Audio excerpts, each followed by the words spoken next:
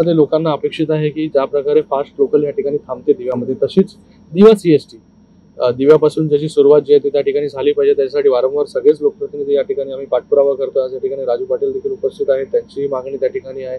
आज वाघोले जे असतील किंवा आमचे सगळे इकडचे लोकल प्रतिनिधी असतील, तर सगळ्यांची मागणी आहे, लोकांची मागणी आहे की दिवा CST लोकल त्या ठिकाणी चालू पाहिजे। त्यासाठी वारंवार आमचा पाठपुरावा चालू आहे। या ठिकाणी होम प्लॅटफॉर्मचा एक विषय आहे, तो टेक्निकल एक विषय आहे। त्याचबरोबर लांब पल्ल्याच्या गाड्या ज्या आहेत त्या ठिकाणी प्लॅटफॉर्मची लेंथ जी आहे ती वाढवावी लागेल, त्याच्यामुळे जे आहे।